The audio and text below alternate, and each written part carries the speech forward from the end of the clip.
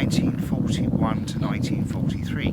Now, we know the story of the rectory, we know the fact that Borley Rectory, that there were bones that were found under the excavation in the cellars. Now, what happened in 1943, contrary to what people will tell you, is that those bones, the local figure thought it would be good to bring those bones to Borley Church and actually set them in rest, at peace, to put an end to all of the main issues that were going on with Borley Rectory and the grounds of the Borley area. What they thought would happen did not happen. What then happened was it escalated, where the churches started to have lots and lots of happenings, strange sightings, organs being played in the middle of the night.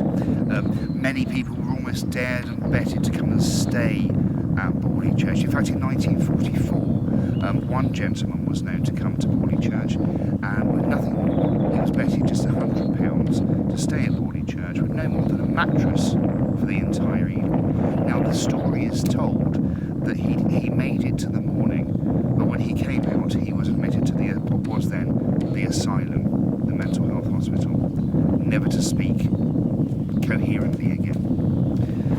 So here we are at Borley. Again, to find the place, you won't find it that easy. You'd need to find it on sat-navs and just look for Borley itself through your sat-nav systems, through Google search. The villagers, quite some years ago, because of the actual main issues that they had here in the village, decided to remove all the signs that lead to Borley from the main road. It's not far from the hospital, which is only good. And as we go in, there's some walking in. It's most beautifully kept by the locals. Many volunteers look after the grounds. It doesn't see that much. In fact, there's currently, it's today actually on St Patrick's Day, the 17th of March 2016, that they find out their outcome of trying to get lottery funding to help the church itself. One would hope that the BBC documentaries, they might be able to fund something in the future. The BBC has certainly had its welcome game for the stories and the filming and the welcoming of the people of Borley itself. As we walk through the churchyard, we can see there's a picture of the old gravestones and things. This isn't really where we want to be. This isn't really where we need to be. What I want to show you as we go around is to the actual main part where the original vicars, the priests of this particular parish, and where the bones are actually kept. Borley Church has so much history. It goes back to the mid-900s, so about 934. It was actually bequeathed by one of the relatives of, as we know, King Henry VIII. And there's a story within that, because that particular relative that I'm going to leave for our next venture, the next film that we do at our next location in a few weeks' time. But that particular lady in question was interestingly, deeply interested in dark arts, in myth and legend. She was deeply interested in the black magic, shall we say. So it's quite suited that the stories suddenly survive and emanate themselves within Borley Church. And standing here, I can actually feel a sense of that we're not alone. Without coining the phrase that we're not alone. But let's have a look here. We have, as in most churches, you'll always find in most churches that the priests, the vicars, will always be buried this side of the church. Now we can see the original member of the church, the original vicar of the church, is being buried here at this particular stone, this particular tomb. Which doesn't seem to be a lot for somebody of such a power and standing. I mean, bear in mind, back to the 900s, we're looking at where the priests were very well respected. They were almost looked up towards by the local people.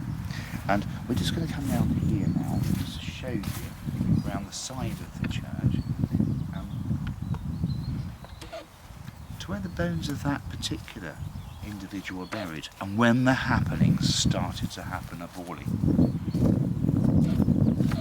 And we come round here as we do, and you can see we're now into the much older side of the cemetery, the graveyard, and as we come around here around about 1943. That's the year we're thinking of. So 1943, Rectory is burnt to the ground in 1939. 1943, the excavation happens, and then we start to see happenings. But this lady's bones that were found at the Rectory gravesite were brought here, and they were buried at this particular site here. Out of sight, out of mind, round to the side of the church where no one would even dream of coming to be left hopefully to have rest and peace.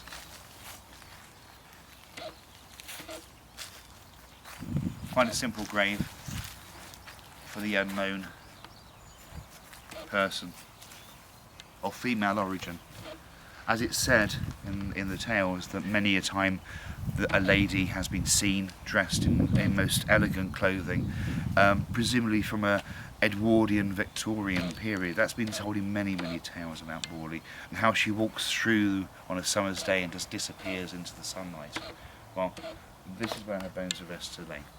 Here at Borley Church, we were saying that there's so much myth and legend in regards to the place itself. Now, we had the opportunity to speak to a local volunteer, gardener, who looks after the grounds here. Now, he just told us some he won't go on film sadly, but he just told us some very interesting story about how his father was involved in the demolition of the rectory itself, and how all the rubble and things from the actual rectory were used down at the USAF base to place it on the runway to act as rubble, to get rid of it and dispose of it. I suppose you could almost expect that to be true, because if the residents of Borley and people at large expect this place to be unholy ground, to be somewhere where it's demonic and nasty, then what better than the British at that point in time would want to give those rubbles and bricks to the Americans. It's quite a humorous story when you think of it that way. It's almost like the Indians giving the gifts of elephants to the English during the British Empire reign. It has the same effect, I guess. So it's, if you want something that's really bad got rid of, give it to someone you don't like. And so Nature Wonder from that time, that period, that's possibly what happened. Now, the chap has told us that down, if we can just pan round, apparently the rectory was down here at the bottom of the hill, right down the far there. Now, to walk that, we're looking at a 15-20 minute walk.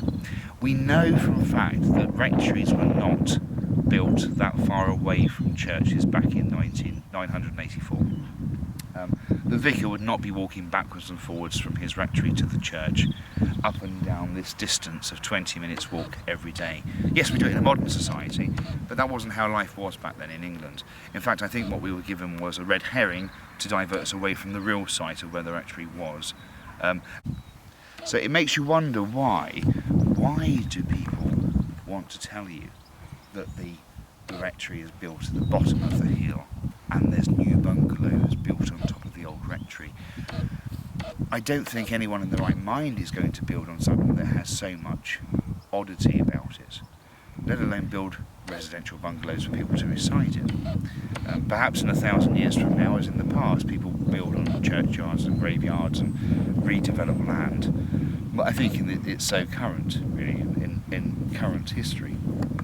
You're not going to have people wanting to live on unholy ground.